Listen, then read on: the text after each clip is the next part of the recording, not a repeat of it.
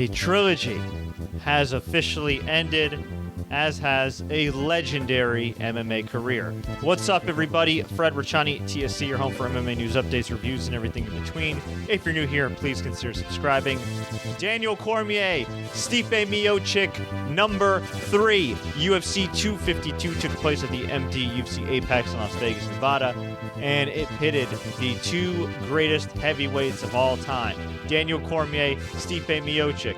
Daniel Cormier, a couple years back, won the first fight as the light heavyweight champion to become a champ. Won it via first round knockout.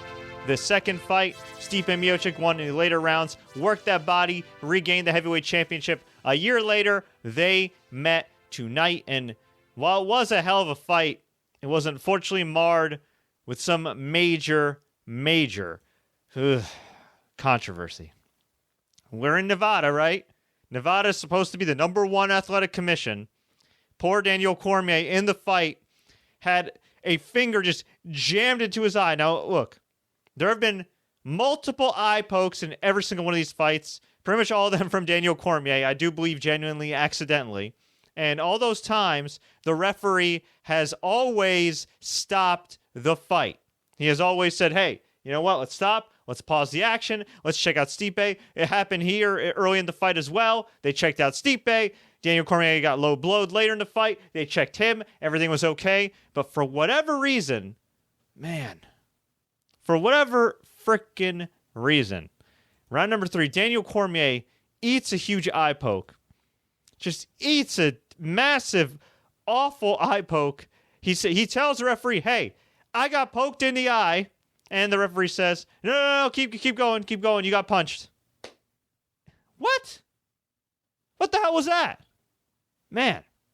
Now look, DC, I thought, looked really good in round number 1. Round number 2 was damn near finished, was rocked. He was just hanging on to Miocic for dear life in close quarters, trying to just brunt the storm, right, to the end of round number 3. He never looked the same after that, but he was starting to come along, started to do his thing, getting his win back, and then, man, he took that eye poke. It changed the whole fight.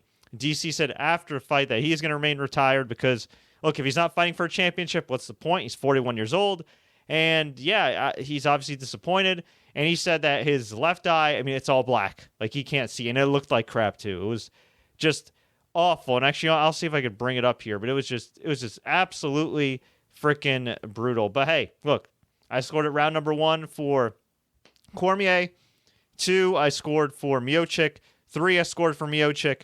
Round number 4, despite having a freaking blind eye, Cormier looked pretty damn good, and I thought he actually narrowly won round number 4. And in round number 5, I thought Stipe just kind of took over. But, I mean, look, Cormier was in it with one eye. With one freaking eye, Cormier was in it, and it's just it's crazy, man. It really is. It's unfortunate that his career had to end this way. By the way, the fight ended via unanimous decision in favor of Stipe Miocic. But you know what? This is MMA, man. Crazy things happen. We've seen the fighters we grew up watching test positive for various steroids. We've seen fights end in eye pokes, low blows. If you watch Bellator like I do and used to work with Bellator like I did back in the day, I mean, I saw a lot of weird finishes. This is MMA, man. This is arguably the best sport, also the wackiest sport. There are weird, wacky, absolutely crazy things that happen. I mean, hell, multiple times in Daniel Cormier's career, fighting Anderson Silva on short notice after John Jones fails the drug test. Getting TKO'd by John Jones, but then still retaining the light heavyweight title because it turns out John Jones failed another drug test. The eye pokes, all this crap, man, it's crazy. But you know what? That's the thing. Sometimes the breaks work in your favor. Sometimes they don't. But look, just first things first, let's hope that Daniel Cormier is okay. I hope that he regains vision in his eye. I hope it's not a Michael Bisping situation where it screws up his eyesight permanently. Hopefully it's something that can be rectified with proper treatment at the hospital. And, but his eye looked awful. And I don't know. I don't know what they got to do. But, man, like, and again, it applies to him, too. It applies to John Jones. It applies to every fighter. Like, y'all got to be careful. I know, they're professionals. Things happen in the cage. Everything moves so freaking fast. But, just awful to see. Awful to see. But, look, Stipe won. He did his thing. Things happen. And, yeah, the final scores were kind of wacky, though. The final scores were 49-46, which I 49-46, another 49-46, and then 48-47, which I would have agreed if it was, hey, 48-47 across the board, but 49-46? I don't know what these judges were watching. What's crazy, too, is when Cormier got poked in the eye at the end of round number 3, and he went into the corner, he even said out loud, "I can't see," which you would think that would bring in like a doctor or something. Now, look, I don't want Cormier's career to end on an eye poke. Nobody does, except maybe John Jones. Even maybe he doesn't. But yeah, the referee couldn't have visibly seen like, oh my God, like his eyes messed up. Let me call a doctor. If he at least called a doctor, giving Cormier, the 5-minute like grace period for rest. I guess they can't really give the 5-minute grace period beyond unless it's during an actual round. But I mean, who knows though? Who knows? I mean, look, Cormier couldn't see after the last couple of rounds anyway, and I don't think necessarily checking him and giving him a 5-minute break would have exactly helped him all that much, but maybe it would have. Who knows? I mean, he still held his own in round 4 and 5 with one freaking eye against Stipe Miocic. But again, that's the breaks, man. These things happen. Look, Anderson Silva broke his leg, got another leg injury, I believe, against Jared Cannonier's most recent fight. The dude's like 45 now. Not everybody gets a storybook ending. That's just the deal. That's just the deal. And even if you do, wacky things happen. Brock Lesnar comes back, UFC 200, beats Mark Hunt, then immediately fails a drug test. I mean, wacky things happen in MMA, folks. It is what it is. But congratulations to Daniel Cormier on an absolutely, positively phenomenal career. I mean, Cormier, Strikeforce Grand Prix champion. Beat the likes of Bigfoot Silva and Josh Barnett in Strikeforce. UFC champion in 2 weight classes. I know people will say, oh, well, John Jones this and John Jones that. Look, the reality is, John Jones, if you don't count the PED use or alleged PED use or whatever, he's definitely the greatest fighter of all time, and there's no shame in losing to the greatest fighter of all time. But when you lose to the greatest fighter of all time who tests positive, look, there's always going to be an asterisk there. Maybe to some extent for DC's title run as light heavyweight, but also to John Jones as well. So, and look, at the end of the day, DC helped John Jones tremendously, and John Jones helped DC tremendously too. It may sound weird to some people, but these guys helped each other. These guys helped make each other millions of dollars. It's very similar where Anderson Silva was busting everybody's asses, at times even looking lackadaisical. John Jones never got that bad. He never got Damian Maia fight bad, but it got to a point where John Jones was just, hey, he's John Jones. He's destroying everybody. He's dominating everybody. And DC comes along, and at the very least, we got a rival here. Very similar to Chael Sonnen. Now, obviously, DC is a significantly better fighter than Chael Sonnen, but very similar. Like, every great fighter needs a rival, and DC, John Jones, they were rivals. They made the sport that much more interesting. It's unfortunate that a lot of the outside of the cage stuff really kind of marred what happened inside of the cage, but, that was a huge deal for the UFC at the time, and yeah, look, a great fight promoter, a great fighter, won the light heavyweight title, successfully defended the light heavyweight title and the heavyweight title in a calendar year, which was crazy, beat Stipe Miocic the first time, was winning the second fight up until those body shots got to him. And look, I'm not hating on Stipe. I think he proved he was a better fighter, but you could definitely make the strong argument. A lot of DC fans have been up in my DMs. I know my boy Telvin probably feels this way. A lot of people have said, you know what? Going back to the second fight, they shouldn't have even had the second fight because Stipe didn't win a contenders matchup or whatever. You can make that argument. I don't know. At the end of the day, Stipe did set the record for most heavyweight title defenses. Statistically, he's the best heavyweight of all time. If you put a gun in my head and said, who is the best heavyweight ever at their peak? Man, obviously Fedor had that decade-long streak of being undefeated, but, his quality of opposition varied. At times it was the likes of Mark Coleman. Other times it was Yuji Nagata. So, as far as from a UFC standpoint, man, Cain Velasquez at his peak when he was healthy, I think might have been the greatest heavyweight of all time, just in terms of overall ability. His body unfortunately betrayed him. Maybe he didn't train as smart. I don't know. Ironically enough, he was DC's training partner. What's crazy to me is how great DC is/was at heavyweight. He was a great light heavyweight, even better at heavyweight. And I wonder if those guys weren't teammates. If DC decided, I'm not going to cut down to light heavyweight. If he just went into UFC as heavyweight, stayed at heavyweight? What if he even had an even great... I mean, he had a great career, a legendary career, top 5 career. But what if he even had an even greater career, I guess, at just heavyweight? I don't know. I guess, you know what? Going down as a champ is probably better than just dominating at heavyweight. I don't know. I guess it depends who you ask. But, hey, he got 2 belts, technically 3 with the Strikeforce Grand Prix Championship. Amazing career. And what can you say about Stipe? Again, unfortunate way the fight had to end, but beat Cormier fair and square the second time, beat him the third time. You know, he's beaten some of the best. Verdum, Overeem, Ngannou. I mean, the guys look great, and yeah, I mean, I don't know. It is tough. I do think some observers will look at this and say, you know what, we never truly proved who's the greatest heavyweight of all time because, you know, again, DC dominated the first fight.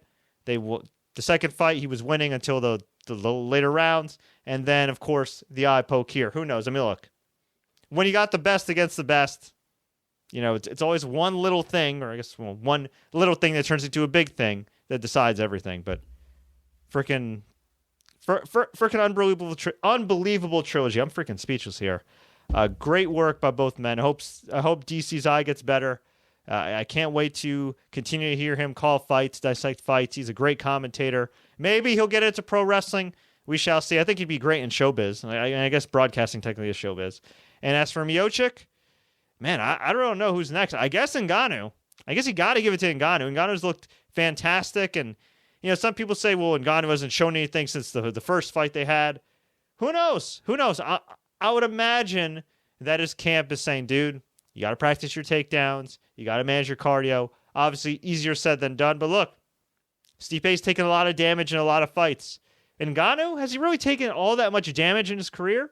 Not really. He's mainly been the one inflicting it. So I do think that if he could land the shots he landed against Stipe in a second fight with Stipe 37 going on 38, hey, anything's possible here. And I think I would book Miocic versus Ngannou. Rosenstrike, after defeating Junior Dos Santos tonight, maybe, but unfortunately for him, he just got demolished by Ngannou. So unless you got some crazy, wacky, marquee fight like pulling Brock Lesnar out of the dead or Fedor or something like that, I'd say just do Ngannou versus Miocic. By the way, real quick before we get to the rest of the results, Israel Adesanya versus Paulo Costa is official for UFC 253 Middleweight Championship of the World, September 26th, presumably at the UFC Apex. That is a hell of a fight, and Izzy has looked great in his UFC career. I know the Romero fight was pretty boring, but my God, I mean, Paulo Costa, man, is massive. And you could say what you want about his physique and this and that and the other thing. The guy's passing his USADA tests, all right? He's in a pretty tough drug testing environment. He's passing his tests, and he's looked incredible too. So that should definitely be, man, one hell of a freaking fight. Anyway, by the way, if you're watching this live, if you're not listening to podcasts, but if you're watching this live, please take a quick second to click the like button, share this with all your friends, like our Facebook page, the Sports Courier, and of course, subscribe to our YouTube channel and enable notifications for more updates like this. I'll be working on our EA UFC 4 review, which will be coming soon, and I just did an interview with Dave Meltzer, so stand by there. So let's dive in. Actually, let's just get some fan feedback real quick. Alejandro Cruz, DC abandoned his wrestling during the fight. Early in the fight, he did. I think he did attempt a takedown, didn't he? He was definitely clinching a bit, but I mean, Miocic's a hell of a wrestler too, man. A hell of an MMA wrestler, especially. So you know, it's easier said than done. Plus, when he got rocked at the end of round number 2, he was never the same after that. The eye poke only exacerbated it. So maybe like DC with all his proper faculties would have said, "I'm going to go for the takedown," but you know, DC getting rocked and socked and having his eye damaged as well and thinking about his eye and trying to clear up his head, you know, it probably just unfortunately didn't come to mind. Telvin Kipapa says, very heartbroken right now from a man, DC. Hey, I get it, bro. That's the game, man. Slay Gang says Stipe is the greatest heavyweight ever. And of course, it's not a biased statement, despite the fact that Slay Gang is based in the same home state as Stipe in Ohio. But for real, though, I mean, Stipe is statistically the greatest heavyweight ever, based on the wins, quality of opposition, title defenses. Look, you got to give the man his respect. He may not be as charismatic as DC or some of these other guys you like. He may not have colorful hair like Sean O'Malley, and we'll get to him in a second. But at the end of the day, man, hell of a legacy. You cannot argue with the resume. And at the end of the day, crap happens in MMA. It's happened to him. As I mentioned, he's gotten poked in the eye, not once, not twice, but thrice in the trilogy. So hey, as Gus Johnson once said, these things happen in MMA. TK says, the only fight to book at heavyweight right now is Stipe versus Francis. I like that. Yeah, I like that. I am intrigued. We'll see what happens. Again, Stipe's older. He's been through a lot of wars, mainly the wars with Daniel Cormier, but also a war with Ngannou. Now, it was a very one-sided war, and Stipe narrowly won after the initial onslaught by Ngannou, but he's taken a lot of shots, and he's got a phenomenal chin, phenomenal cardio, but at some point, man, somebody catches you at the right time. DC did in the first fight. Who's saying Ngannou can't catch him in the second fight? What are your thoughts on Covington versus Woodley? This is from Alejandro Cruz. I don't know. Woodley seems like he's done. You know, it would be a motivated, in shape Woodley, a healthy Woodley would be a good fight. But I don't know. I don't know. I mean, look, a prime Woodley versus anybody would be a good fight. But Colby Covington, yeah, it could be a good fight if Tyron Woodley still actually, wants to fight. But I don't know. I'm kind of tired of Colby. His act got real old real fast. But we'll see. He's still a hell of a fighter. I will definitely give him that. So let's go to the rest of the show.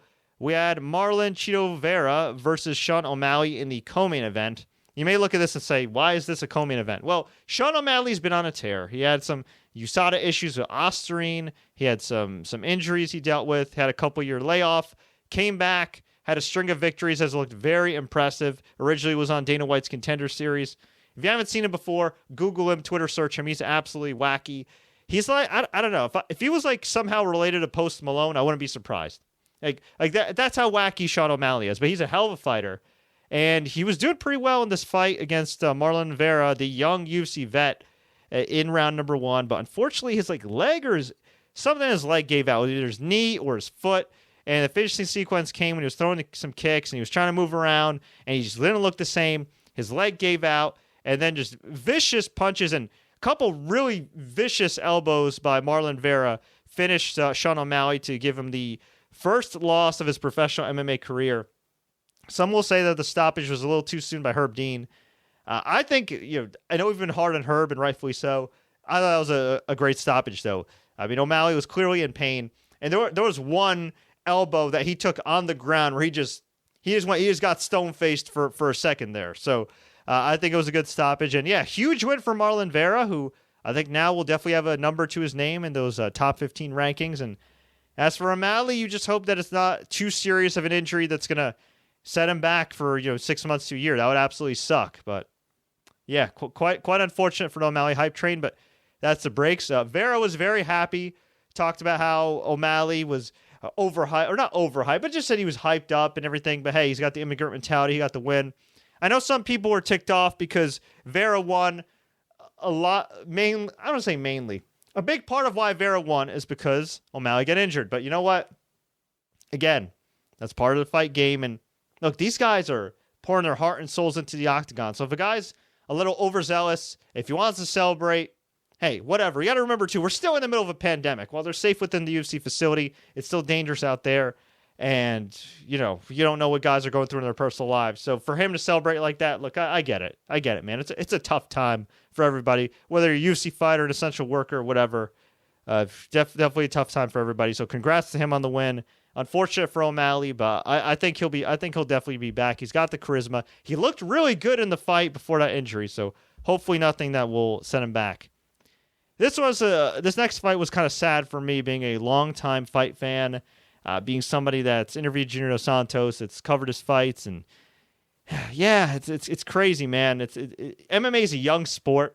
It's still a relatively young sport, but it definitely feels weird when your favorites and the people you like to watch and you've interacted with get old. And Junior Dos Santos, well, he's getting up there in age, man. He's taking his licks, and he lost tonight to Jairzinho Rozenstruik. Rozenstruik looked really good. Look. Anybody could have won this fight. When you're at the heavyweight division, unless you got a chin like freaking DC and Miocic, I mean, my God, you're gonna go down eventually. And Jairzinho Rozenstruik hit a hell of a combo on JDS, just swarmed him, finished him with punches in round number 2. And JDS looked all right in round number 1. He had a Evander Holyfield like mustache, which is the real deal, put over on Twitter. But round number 2, I mean, Jairzinho took over. Got the win. Again, it wasn't an embarrassing performance or anything by JDS. I just feel like over the course of his career, especially after the second and third Cain Velasquez fight, the guy has taken a lot of damage, and now there's 3 straight losses for Sagano. Got TKO'd by Ngannou, got TKO'd by Curtis Blades, and got TKO'd by Jairzinho Rozenstruik. And, I mean, man, you don't want to take that kind of damage back-to-back fights. So I think this is the end for him. Maybe I'm sure they'll give him another fight if he wants it because he's a big name. But personally, for the sake of his health, I would like to see him bow out gracefully. But, you know, we've seen it with guys like Rashad Evans, BJ Penn. There are guys that unfortunately stick around for too long. And unfortunately, for whatever reason, UFC obliges and says, hey, you want to fight? Whatever, I'll give you a fight, even if it's your 4th or 5th straight loss. And it usually does not end well. So I hope JDS... Look, I would love to see him continue to have success, but if he chooses to retire, you know, I ain't gonna be mad for it. It's understandable. He's had a great career, UFC heavyweight champion, definitely a Hall of Fame career. One of the true heavyweights, very much like a Stipe Miocic, who worked his way up in the division. Nothing wrong with Daniel Cormier, by the way, because Daniel Cormier got wins at heavyweight too. I'm not even saying that I hate people jumping up a weight class if they're a big name to get a title shot, but. You know, I mean, really just kind of a workman-like career at the beginning. You know, had that upset win over Verdum in his UFC debut. Really worked his way to the top and has stayed around there. I mean, I believe this was his first 3-round fight, non-main event in forever. It's pretty incredible. So a great career if this is it for him. Either way, I wish him the best. As for Rozenstruik, he says he's going to continue training. He'd like to fight Ngannou again, but he says he'll fight Ngannou if and when Ngannou's champion. Other than that, they'll figure it out. I think that's a smart decision coming off of that knockout in May. And yeah, Rozenstruik returning so soon after that vicious knockout loss in May to Ngannou. Hey, he looked good here. I think there's still hope for the prospects of Rozenstruik. Definitely a title contender now. Daniel Pineda, in his first UFC fight in 6 years, defeated Herbert Burns via TKO. Vicious elbows in round number 2. This was a catchweight bout at 149.5 pounds after Burns missed weight. Really good performance by him. Pineda, ever since getting cut by UFC, fought in Legacy, fought at the PFL. I know he had some issues with pissing hot for some type of drug, but came back here, did his thing, passed his USADA test, and got the win. Bantamweights, we had Merab Dvalishvili. I'll just call him Merab. He looked good here, really good here against John Dodson. 30-27 across the board, unanimous decision. Merab, hell of a fighter. Not exactly the most entertaining. This was not the most entertaining way to open a pay-per-view. But hey, he got the job done. Vince Pichel in the main event of the prelims defeated New Jersey's own Jim Miller. 29-28, 29-28, 29-27. On the prelims, we also had what's her name? Virna Janzaroba defeat Felice Herrig via armbar in round number 1. Big win for her over a big name in the division. Daniel Chavez defeated TJ Brown via unanimous decision. Livia Hanata Souza defeated Ashley Yoder to vet via unanimous decision. On the early prelims, we had Chris Dawkins defeat Parker Porter via TKO in round number 1. And in the opener of the whole show, Kai Kamaka defeated Tony Kelly via unanimous decision. Overall, a pretty good show. You can't have a show that's as stacked as UFC 252 or 251, excuse me, or like the 249 with Ferguson and Gagey. I mean, you can't always stack up these shows and have it go your way. I mean, that's MMA, right? You could book it like a pro wrestling card and hope that it's as good it transpires as well as it looks on paper, but sometimes it doesn't always happen. I wouldn't say it was a bad show at all. Definitely, I mean, the main event definitely delivered. Bantamweight fight was definitely disappointing in the co-main event given O'Malley's injury.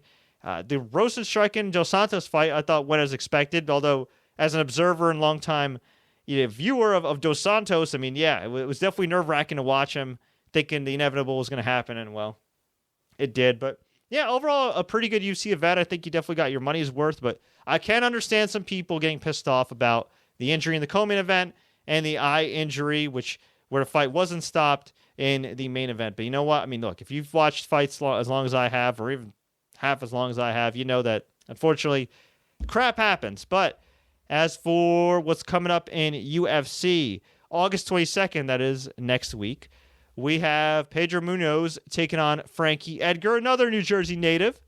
This could be Frankie Edgar's last stand. He's at bantamweight here. we'll see what happens. This fight was originally supposed to take place a few weeks back, I think a couple months back, and I think Munoz was the one, or one of his cornermen tested positive. So looks like they're all good now. In the co-main event, Ovince St. Preux back at light heavyweight taking on Alonzo Menifield. So yeah, I mean, on paper, not a thrilling card beyond the main event, and OSP is always, or I'd say intriguing. I won't say his fights are always exciting, but he's always a dangerous guy. Other than the main event and co-main event, doesn't look like anything, oh my god. But again, you can only book so many fight cards that are home runs, and UFC's gotten pretty lucky. After that, we got another UFC fight night on August 29th. The tentative card is Anthony Smith against Alexander Rakic. We have Alexa Grasso versus Ji Young Kim. We have Christian Aguilera, no relation to Christina, versus Sean Brady. We have the former title contender Ricardo Lamas against Ryan Hall. And we have actually Neil Magny versus Robbie Lawler. That could be a low-key hell of a fight, although you don't know how well Robbie Lawler is gonna be and how good he's going to look after the dominant performance Colby Covington had against him. But we'll see. He's a legend. Hopefully he'll look good there. And then September 5th, we have yet another fight night. That's right. And it's going to be Nico Montano taking on Julia Avila. Probably some other fights to be announced as well. Brian Kelleher versus Ricky Simone. And then we have yet another fight night on September 12th. This one of my personal faves, Roxanne Modafferi. She's taking on Andrea Lee. Tyson Nam against Matt Schnell. And then, of course, we finally have the next pay-per-view a little over a month from now on September. Actually, this is September 19th. My bad. I think I said September 26th. I actually think it's September 26th. I'll double-check that. But it is Israel Adesanya versus Paulo Costa, as I mentioned before at the top of the show, for the middleweight championship. Should be a hell of a fight. Random Marcos, Mackenzie Dern. That could low-key be a pretty good fight as well. We have Johnny Walker returning to action against Ryan Spann. Donald Cowboy Cerrone versus Nico Price, I think, will be one hell of a fight. So you always a couple major bouts right there. I mean, again, I think it's kind of like this card that we just watched tonight, a kind of a one-match show with Adesanya and Costa. But Cerrone and Nico Price, those dudes bring it. So looking forward to that. So yeah, we'll see what happens. But plenty of UFC action coming your way. As for whether or not Cormier's retirement will stick, well, we'll see. John Jones, once again, though, tweeting about the heavyweight division, saying, heavyweight world championships, I will be seeing you real soon, victorious. I don't doubt that John Jones could be potentially victorious and wildly successful at heavyweight, but it's getting a little old now. We get it. We've heard this for like 5-6 years, man. We get it. At some point, I don't think he's got to come up. Nobody's obligated to come up, but if you're chirping this much, I would really like to see him come up. I do think that stylistically, he matches up really well with Stipe Miocic, but let's just say he fought a guy like, I don't know, Francis Ngannou. I don't know. I mean, could he? Look, Stipe's got power too. I don't know. It'll be interesting. I always wanted to see Cormier versus John Jones at heavyweight. I was kind of hoping Cormier won this so we could possibly get a third Jones-Cormier fight at heavyweight. But look, it is what it is. Cormier is 41 going on 42, man. He should go, continue to secure the bag on the broadcasting side, do his thing. We'll see. We'll see. John Jones also tweeted, avoid Stipe's right hand. I'm too fast. I'll be too strong when the time is right and have way too much energy. Soon and very soon, I'll be considered the baddest man on the planet. All right, well, listen, with words like that, UFC should pay up. Give John Jones a stack of money. Book that damn fight. Fight of the night, by the way, was Kamaka versus Kelly. So that's cool. And then the performance bonuses go to Pineda and go to Jandiroba. So congratulations to them. They are $50,000 richer. And somebody's asking about the eye poke here. I actually believe I do have a picture of it right here. Or I did have a picture of it. Okay, I'll have to find it, but man, it was absolutely brutal. Just absolutely brutal with the eye poke and everything else. But you know what? Again, that's the breaks, man. Okay, I think I got it right here. So let's pull it up, and I'll let everybody pretty much decide if this really changed the fight or not. Obviously, it did. Again, nothing against Stipe, not taking anything away from him. Okay, there we go. Look at this. Yeah. That is horrific. My God. I mean, the one that Stipe took was bad, but I mean, you look at this, I mean, there are ripples in Cormier's face, man. It's like a tidal wave. It's like Stipe's finger's a surfboard, and Cormier's face is like a high tide, and oh God! All right, I'm taking that off. That looks brutal. But again, it is what it is. These things happen. So let's go to some of the fan comments here. They are quite colorful. Aaron Saunders said, Stipe really lost. Listen, man. Again, stuff happens. Stipe got poked 3 times in 3 fights. Again, accidentally. I'm not blaming either guy. Crap happens. But, these things happen, man. Who do you got in the Adesanya fight? I still got Izzy. But Costa could give him some problems, man. And Costa, while I don't think he's been in a 5-round fight in his career. He had that war with Romero, and he looked really damn good. And while he took a lot of damage, like, he was still coming forward and doing his thing. And while 3 rounds is different from 5 rounds, to take that kind of punishment from Yoel Romero, who was actually being aggressive in that fight, unlike the Adesanya fight, I think that bodes well for him to last at least 3 rounds with Izzy. But again, Izzy doesn't just have the skill, but he has the precision, as he mentioned in the video package. We will see. It's definitely going to be Izzy's toughest challenge yet. That's for sure. Okay, TK says, Izzy versus Paulo Costa main card is trash. Yeah, I'm trying to be a little nice here, but I'm not going to lie. I wasn't that excited for the main card of this show other than the top 3 fights, but it turned out okay. After the opener, which is a little boring, it turned out all right. Again, you win some, you lose some. You got to remember, kids, I'm old enough to remember when I was able to order UFC pay-per-views an actual pay-per-view. And I'm old enough to remember when UFC main events that were non-title were 3 rounds, all right? I once paid like $50-$60 for Rampage Jackson versus Matt Hamill, okay? I once bought Stipe Miocic versus Frank Mir, where literally nothing happened for 3 rounds, like nothing, until like the end of the fight when Mir just kneed him in the head and Stipe got knocked out. Okay, I'm sure there's some other fight shows I could think of. There was one show UFC did, I think, in Calgary, where everything went to a decision as well with like a bad Tim Bosch, Hector Lombard fight. I mean, look, I've watched a lot of great MMA. I've watched a lot of bad MMA, live in person and just ordering it like a fan. So, yeah, it looks like trash on paper, but still better than those 3-round main events that you had to pay for. Damn, Rashad and Rampage, all that hype, and it was a 3-round kind of snooze fest. Hey, it is what it is. Let's see. Herb Dino is getting the heat. Yeah, man.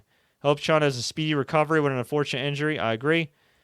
Slay Gang says Sean O'Malley would have won if he never messed up his knee.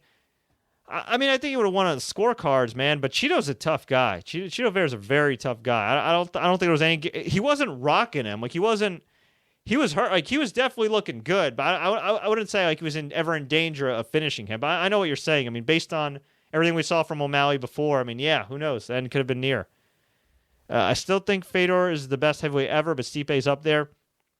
I think Fedor, because of who he is, fighting in pride, being such a national hero in Russia, and really just Eastern Europe in general, man. I mean, they love the guy. I have a lot of respect for him, too, and I had the honor of watching him fight at Bellator MSG. Unfortunately for him, it was a loss to Matt Mitrione, but he looked good in that for as little as that fight lasted. I mean, both guys kind of tagged each other at the same time, but Mitrione got the upper hand and was able to finish him.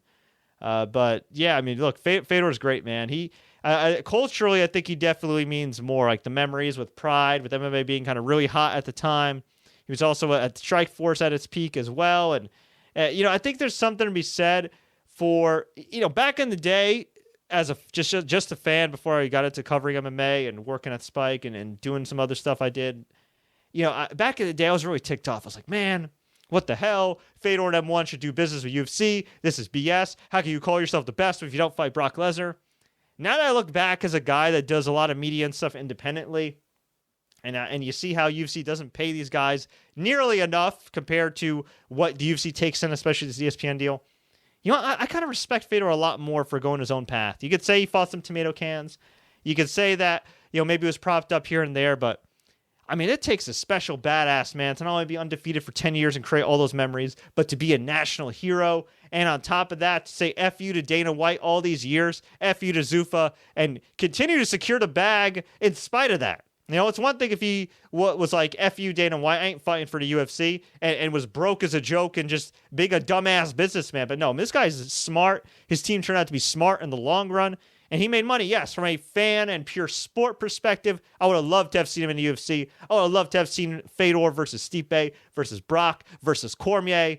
Man, I mean, I believe Cormier's nickname in the gym back in the day was actually Black Fedor, if I'm not mistaken. I don't know. Somebody could correct me on that. But I do recall hearing that, too, back in the early days of Strikeforce. So, yeah, but something to be said for being independent, being your own man, telling Dana White F you, and being able to just have enough money where you could just do whatever the hell you want. And that's Fedor, man. So much respect to him. But yeah, if you're talking about from a pure sports perspective, I mean, definitely I think Stipe statistically, resume-wise, greatest of all time. Obviously, he doesn't have the cultural impact, doesn't have the kind of aura that Fedor has. But I mean, look, respect to him. And on top of that, the dude's a full-time firefighter. He's a first responder. I mean, that is amazing.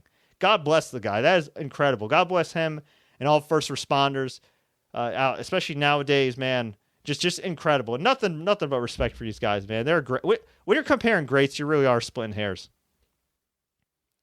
Fedor got $10 million to fight for Ryzen for that one fight. Oh yeah, that's right. He did get around like allegedly he got around $10 million. So yeah, look, if you get secured a bag against some guys that maybe you have a slightly better chance of beating than in the UFC, why the hell not? The sport isn't just about sports and wins and losses. It's about securing the bag. It's about also making money, and hopefully if you get to the top, setting yourself for life and your family for life. And obviously, Fedor did that.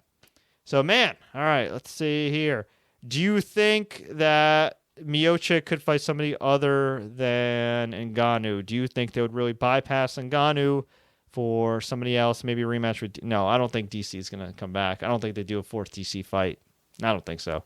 This isn't going to be Juan Manuel Marquez and Manny Pacquiao. I don't think so. I think Ngannou is definitely next. So anyway, folks, I hope you enjoyed this recap. If you're listening on the podcast, please feel free to subscribe. Wherever you're listening, please feel free to like, share, subscribe. Don't forget, coming up, I got not one, but two big updates coming up. We have an in-depth interview with Dave Meltzer, one of the greatest MMA, combat sports, pro wrestling journalists of all time of the Wrestling Observer. That interview will be up soon. And on top of that, I got my detailed, in-depth EA Sports UFC 4 game review. It only happens every couple of years, so be sure to subscribe and enable notifications and check that out. Until then, I'm going to wind down. It's been a hell of a night of fights. Thank y'all so much. Until next time, everybody, as always, enjoy the fights, and thank you, DC, for the memories. Facebook, thanks so much. You guys stay safe.